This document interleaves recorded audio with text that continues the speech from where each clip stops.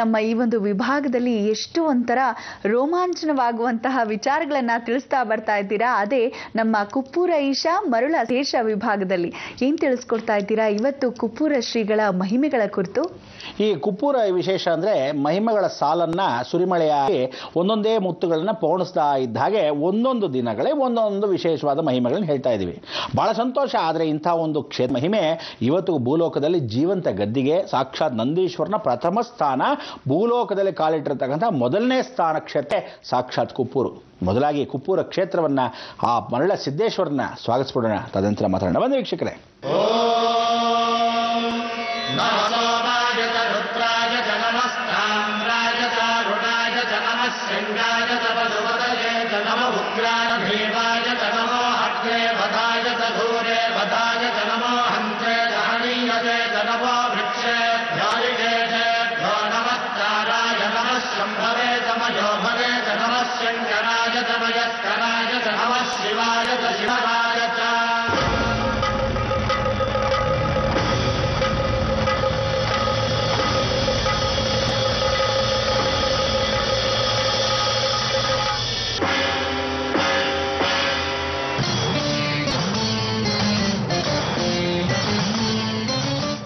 ತುಂಬ ಸಂತೋಷ ವೀಕ್ಷಕರೇ.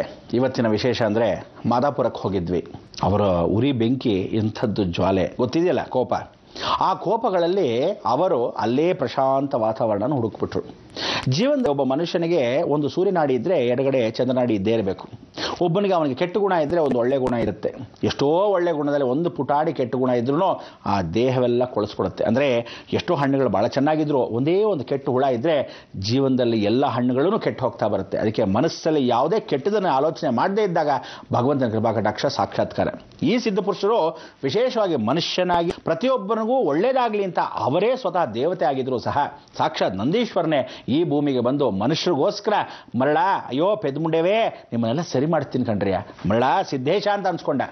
ಎಲ್ಲರಿಗೂ ತಲೆಯಲ್ಲಿ ಇರ್ತಕ್ಕಂಥ ಕೆಟ್ಟುಗಳನ್ನ ಓಡಿಸೋನೇ ನಂದೀಶ್ವರ. ಅದಕ್ಕೆ ನಾನು ಹೇಳೋದು, ಪ್ರದೋಷ ಪೂಜೆಗಳನ್ನು ಪ್ರತಿನಿತ್ಯ ಪ್ರತ್ಯೇಕವಾಗಿ ಮಾಡ್ತಾ ಬನ್ನಿ. ಯಾರು ಮಾಡ್ತೀರಾ ವರ್ಷಕ್ಕೊಂದ್ಸಲ ವಿಶೇಷವಾಗಿ? ಒಂದು ಮರಣೆ ಅಂದರೆ ಒಂದು ತಿಂಗಳಲ್ಲಿ 2 ಪ್ರದೋಷ, ಒಂದು ಅಮಾವಾಸ್ಯೆ ಪ್ರದೋಷ, ಒಂದು ಪೌರ್ಣಿಮೆ ಪ್ರದೋಷ. ಆ ಪ್ರದೋಷ ಕಾಲಗಳಲ್ಲಿ ನಂದೀಶ್ವರನ ಸ್ಮರಣೆ ಮಾಡಿಕೊಂಡ್ರೆ ಬಹಳ ವಿಶೇಷ. ಈ ಊರಲ್ಲಿ ನಂದೀಶ್ವರನೇ ಸ್ವತಃ ಪೂಜೆ ಮಾಡ್ತಾ ಇದ್ದ ಸಮಯ, ಆ ಶಾಂತಿ ವಾತಾವರಣದಲ್ಲಿ ಅವ್ರೇನು ಮಾಡ್ತಾರೆ, ಹೀಗೆ ಊರಲ್ಲಿ ಭಿಕ್ಷೆನೇ ಬೇಡಬೇಕು. ಅವ್ರೇನಾರೆ ಒಂದು ಭಿಕ್ಷೆನೇ ಬೇಡಿದಾಗ ಆ ಊಟವನ್ನು ಮಾಡ್ತಾರೆ. ಒಬ್ಬರ ಮನೆಗೆ ಒಂದು ದಿವಸಕ್ಕೆ ಒಬ್ಬರ ಮನೆಗೆ ಭಿಕ್ಷೆ. ಬನ್ನಿ. ಓಂ ಭಿಕ್ಷಾಂ ದೇಹಿ ಚ ಪಾರ್ವತಿ ಮಾತಾ ಅನ್ನಪೂರ್ಣೇಶ್ವರಿ ನಮಃ ಶಿವಾಯ ಅಂತಾರೆ. ಸರಿ, ಅವ್ರು ಶರಣು ಶರಣಾರ್ಥಿ ಅಂದಾಗ ಆ ಭಗವಂತನ, ನಿನ್ನಲ್ಲಿರ್ತಕ್ಕಂಥ ಭಗವಂತ, ನಾನು ಅಪೇಕ್ಷೆ ಪಟ್ಕೊಂಡ್ಬಂದಾಗ, ನಾನು ಹಸುವಲ್ಲಿ ದಣಿದಾಗ ನೀನು ಊಟವನ್ನು ಹಾಕಿದೆಯಾ ತಾಯಿ ಜಮಾತೆ ಅಂತ ಹೇಳಿ ಅವ್ರು ನಮಸ್ಕಾರ ಮಾಡಿ ಅಲ್ಲಿಂದ ಹೊರಡ್ತಾ ಇದ್ರು. ಹೀಗೆ ಊಟವನ್ನು ಹಾಕಿರ್ತಕ್ಕಂಥ ಸರ್ವದಾ ತಾಯಿ ಪದದಲ್ಲಿ ಕಾಣ್ತಾ ಇದ್ದ ಸಿದ್ದೇಶ್ವರರು ಅವರೇ ಭಗವಂತ ಆಗಿದ್ರು. ಯಾವುದೇ ಕಾರಣಕ್ಕೂ ಲೋಪದೋಷವಿಲ್ಲದೆ ಹೀಗೆ ಊರಲ್ಲಿ ಭಿಕ್ಷಾಂ ದೇಹಿ ಚ ಪಾರ್ವತಿ ಅಂತ ಹೋಗ್ತಾ ಇದ್ರು. ಎಲ್ಲರ ಮನೆ ಭಿಕ್ಷೆ ಬೇಡ್ತಾ ಇದ್ದ. ಒಂದು ಸಮಯದಲ್ಲಿ ಒಬ್ಬರು ಗೌಡ್ರ ಮನೆಗೆ ಬಂದರು. ಆ ಗೌಡ್ರ ಮನೆ ಬಂದಾಗ ಪರಮೇಶ್ವರ ಕೃಪಾಕಟಾಕ್ಷ ಸಾಗರ ಎಲ್ಲಪ್ಪ ಇದೆಯಾ ಅಂಥೇಳಿ ಅವ್ರ ಮನೆಗೆ ಊಟಕ್ಕೆ ಹೋಗ್ತಾ ಇದ್ದ ಸಮಯದಲ್ಲಿ ಒಂದು ಗೌಡ್ರ ಮನೆಗೆ ಏನು ಬಂದು ನಿಂತ್ಕೊಂಡ್ರು.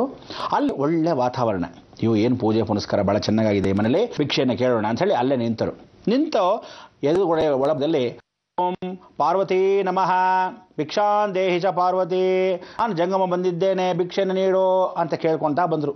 ಹೀಗೆ ಭಿಕ್ಷೆಯನ್ನು ಹೋಗ್ದ ಸಮಯದಲ್ಲಿ ಈ ಮನೆಯಲ್ಲೂ ಭಿಕ್ಷೆ ಬರುತ್ತೆ ಅಂತ ಕಾಯ್ತಾ ಒಂದು ಸಲ ಕೂಗ್ತಾರೆ, 2 ಸಲ ಕೂಗ್ತಾರೆ, 3ನೇ ಸಲ ಕೂಗ್ತಾರೆ. ಕೂಗಿದಾಗ ಯಾರೂ ಇಲ್ವಲ್ಲ ಅಂತ ನೋಡಿದಾಗ ಹಿತ್ತಲ ಭಾಗದಿಂದ ಬುಟ್ಟಿಯನ್ನು ಎತ್ತುಕೊಂಡು ಹೊರಗಡೆ ಹೋಗ್ತಾ ಇದ್ದಾಳೆ ಗೌಡ್.